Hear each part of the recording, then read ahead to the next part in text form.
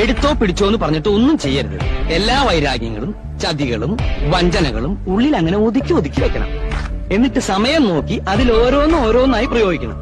ഈ സമയത്ത് നമ്മളെ കുത്താൻ വേറെ ആരെങ്കിലും നമ്മുടെ പിന്നിലുണ്ടോ എന്നൊരു കണ്ടു വേണം. അതുവരെ ദാ ഇങ്ങനെ ഇങ്ങനെ ചിരിച്ച് ചിരിച്ച് ഇങ്ങനെ ഇങ്ങനെ നിൽക്കണം. അടങ്കപ്പാ, ഇത് ഉലക നടിപ്പിടാ സാമി. ഇനി എന്താ ചെയ്യാന്നൊരു പിടിയും കിട്ടണടാ. ആരുടെ കാലില വീഴേണ്ടത്, ഏത് ദൈവത്തെ വിളിക്കേണ്ടത്? ഞാൻ ബാച്ചിലറാ, എന്റെ അച്ഛനും ഒരു ബാച്ചിലറാണ്. ഇവരെ ഞാൻ എവിടെയോ എന്റെ തോന്നലാവാം.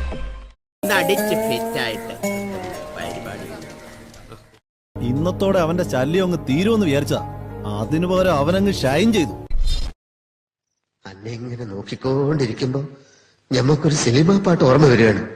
റംസാനിലെ ചന്ദ്രികയോ അറബിപ്പെങ്കൊടി അയകിൻ പൂമ്പൊടി ആരിജ് ആരിജ് ആരിജ്